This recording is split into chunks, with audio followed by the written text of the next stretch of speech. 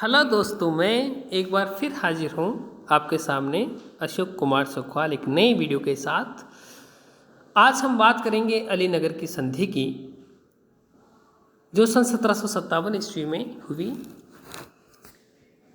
हमने पिछली वीडियो में बात की थी कि किस प्रकार कालकोठरी की घटना में सिराजुद्दौला ने अंग्रेज व्यक्ति को ठूस दिया था और इन कालकोठरी में ठूसे गए अधिकांश अंग्रेजों की मृत्यु हो चुकी थी। उसके बाद कालकोठरी की घटना के बाद आगे क्या घटित हुआ, हम आज उसकी बात करेंगे। जब कालकोठरी की घटना घटित हुई उस समय सिराजुद्दौला ने कलकत्ता तथा कासिम बाजार की फैक्ट्री पर अधिकार कर लिया था। उसके बाद अंग्रेजों ने क्या किया कि कासिम बाजार और कलकत्ता की पराजयों का समाचार जब मद्रास प्रेसिडेंसी में पहुंचा तो वहां के अंग्रेज अधिकारी अत्यधिक उत्तेजित हो उठे। वे इतनी आसानी से अपनी पराजय स्वीकार करने और नवाब से क्षमा याचना करने के लिए तैयार नहीं थे। वे तो अस्त्र शस्त्र के बल पर नवाब को झुकाकर अपना राजनीतिक वर्चस्व कायम करने के पक्ष में थे, क्योंकि यदि वे ऐसा नहीं करते तो भारतीय राजनीति में उनकी प्रतिष्ठा धूमिल होने की संभावना थी। इसका लाभ उठाकर उसके कट्टर शत्रु, अंग्रेजों के कट्टर शत्रु फ्रांसीसी पुनः मुख्य धारा में लौट आते अगर अंग्रेज इतनी आसानी से सिराजुद्दौला से पराजय स्वीकार कर लेते थे। तो मद्रास काउंसिल की बैठक में ये निर्णय लिया गया कि क्लाइव के नेतृत्व में कासिम बाजार तथा कलकत्ता पर आक्रमण करने और उन पर पुनः अधिकार करने के लिए एक शक्तिशाली सेना बंगाल भेजी जाए।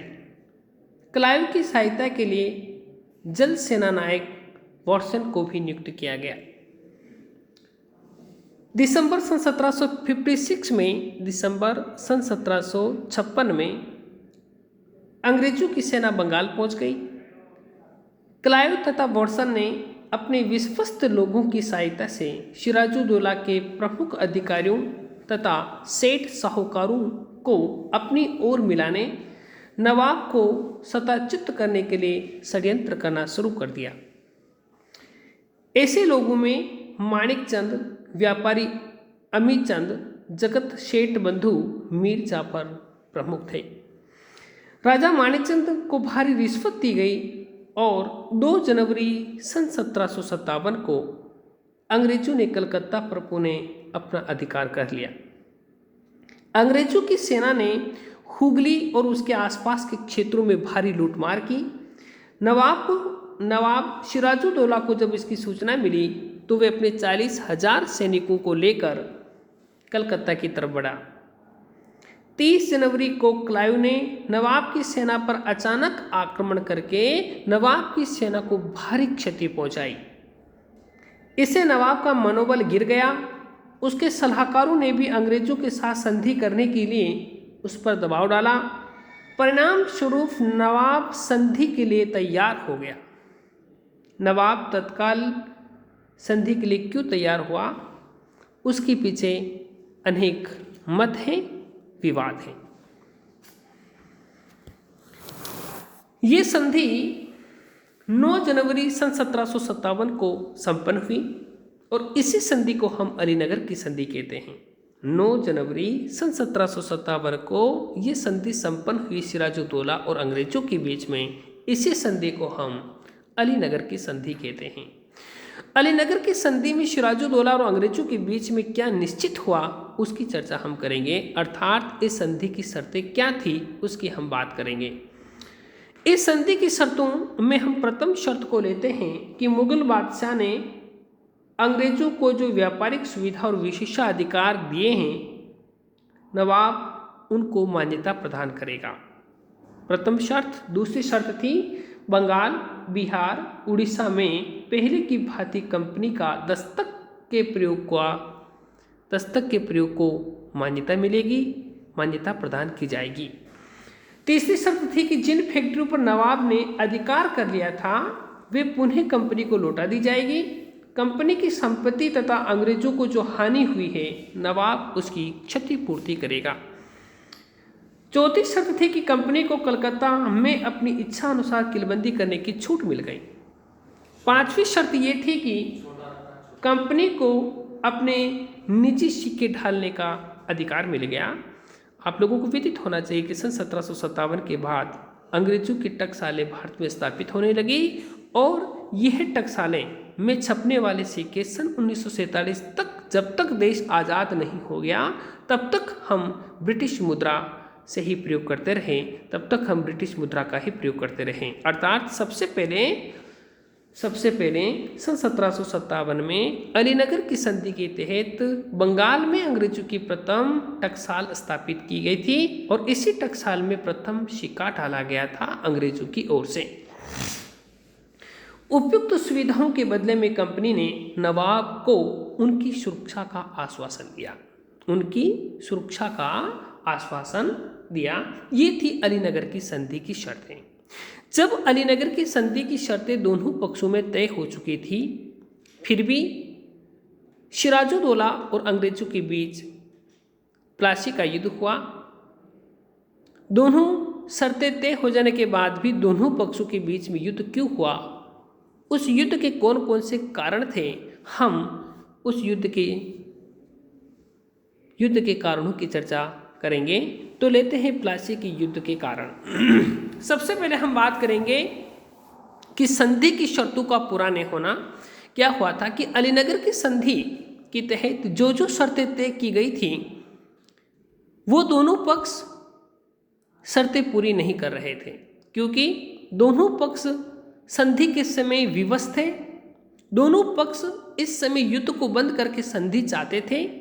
अंग्रेजों की ओर से क्लाइव भी युद्ध को बंद करना चाहता था और बंगाल की ओर से सिराजुद्दौला भी युद्ध को बंद करना चाहता था, परंतु अब दोनों अलीनगर की संधि की शर्तों का उल्लंघन कर रहे थे और एक दूसरे से अपनी अपनी पराजय का, अपने अपने अपमान का बदला लेने की कोशिश कर रहे थे। दूसरी शर्त ये थी कि अंग्रेजों के द्वारा नवाब पर दोष लगाना।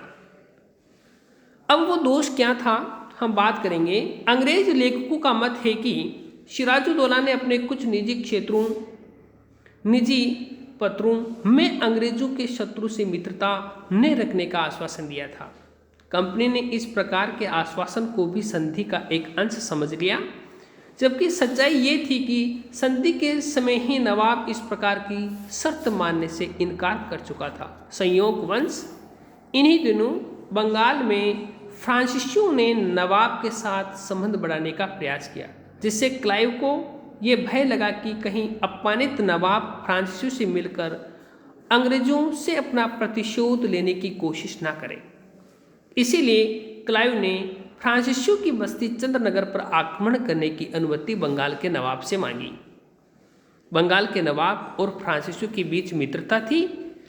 बंगाल के नवाब ने अंग्रेजों को फ्रांसीसियों की बस्ती पर आक्रमण नहीं करने तथा आक्रमण करने की अनुमति नहीं दी, जिससे अंग्रेज नाराज हो गए और दोनों पक्षों के बीच में अर्थात बंगाल के नवाब सिराजुद्दौला और अंग्रेजों के बीच में मतभेद बढ़ते गए। तीसरे कारण की हम बात करेंगे कि नवाब के विरुद्ध षड्यंत्र। अंग्रेज बड़े षड्यंत्रकारी थे और उन्होंने सिराजुद्दौला की विरोधी व्यक्तियों से साठगांठ करना प्रारंभ कर दिया। मुस्लिम सरदारों में मीर जाफर, मिर्जा अमीर बेग और हुसैन खां से अंग्रेजों ने साठगांठ की। ये तीनों व्यक्ति बंगाल के नवाब के विरोधी थे और अंग्रेजों के मित्र बनकर उन्होंने बंगाल के नवाब सिराजुद्दौला को बंगाल की गद्दी से हटाने की कोशिश की। इसके अलावा कुछ हिंदू विरोधी व्यक्ति भी थे, जिसमें मेहताब राय, स्वरूप चंद, ये दोनों शक्तिशाली जमींदार भी अंग्रेजों के साथ मिलकर सिराजुद्दौला के विरुद्ध साठगांठ कर रहे थे। इन विरोधियों ने मिलकर अंग्रेजों के साथ मित्रता की और अपने नवाब के प्रति गद्दारी की, जब नवाब को ये पता लगा कि उसके कुछ विश्वास पात्र व्यक्ति उनसे मिल चुके हैं और अंग्रेजों के साथ संधि कर चुके हैं, तो नवाब ने अपने विश्वास पात्र व्यक्तियों को बुलाकर भरे दरबार में इन लोगों को शपथ दिलवाई, अपने प्रति वफादारी की और शपथ दिलाकर इन लोगों को मुक्त कर दिया। परंतु अंत में इन लोगों ने अपने नवाब के प्रति, अपने राष्ट्र के प्रति गद्दारी की और अंग्रेजों के साथ साठगांठ कर ली। इस प्रकार एक नहीं बल्कि तीन कारण थे जिसके कारण बंगाल के नवाब सिराजुद्दौला और अंग्रेजों के बीच विवाद बढ़ता गया और इनके बीच प्लासी का युद्ध हुआ। उसकी चर्चा हम अगले वीडियो में करेंगे। धन्यवाद।